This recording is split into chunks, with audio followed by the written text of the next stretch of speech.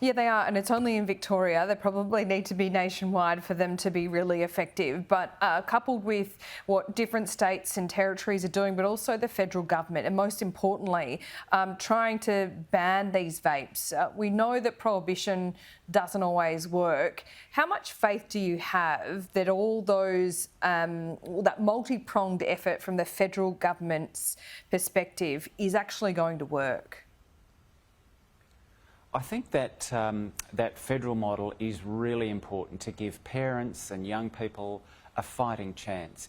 It will also make it much easier for law enforcement agencies at state and federal level to enforce those laws if we can get on top of the terrible situation we have with cheap vapes flooding into the country. So this is a campaign that will, I think, be the first of its kind in Victoria. We'll see more of these types of campaigns rolling out nationally. Much like we did with tobacco, we're going to need an effort that includes education campaigns, ensuring that we're getting the public health messages out, restricting access, particularly to young people, to everything that we can to get on top of this problem. No one really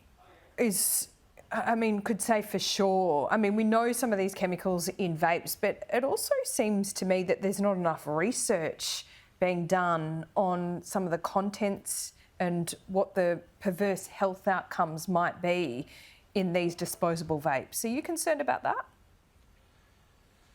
It is a good point. We do know that testing has shown that there's more than 200 poisonous and toxic chemicals in these products. And we also know that many of them include heavy metals and even carcinogens. Our lungs were never designed to inhale those types of products. But the point that I would make, of course, is that many decades, four decades after the introduction of factory-made cigarettes into Australia, we were still discovering some of the long-term harms of tobacco use, decades after they were introduced. I don't want us to be in the same situation with vaping and discover in future decades long-term harms emerging because of these products.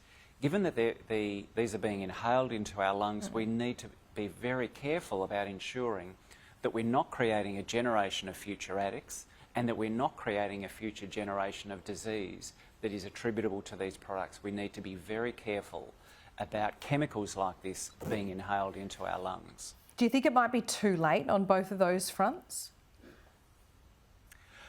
I'm really optimistic that with the introduction of the bans on federal importation and the take-up of campaigns like this, together with removal of some of the bright candy-appearing packaging and some of those flavours, that we actually can get on top of this problem. And we need to remember that this is the country in the world that led the world when it came to smoking. I think we can do the same with vaping, and the future of our young people absolutely deserves that opportunity for us to do that properly and be successful in this endeavour. Absolutely. Todd Harper, thanks so much for your time today. Appreciate it.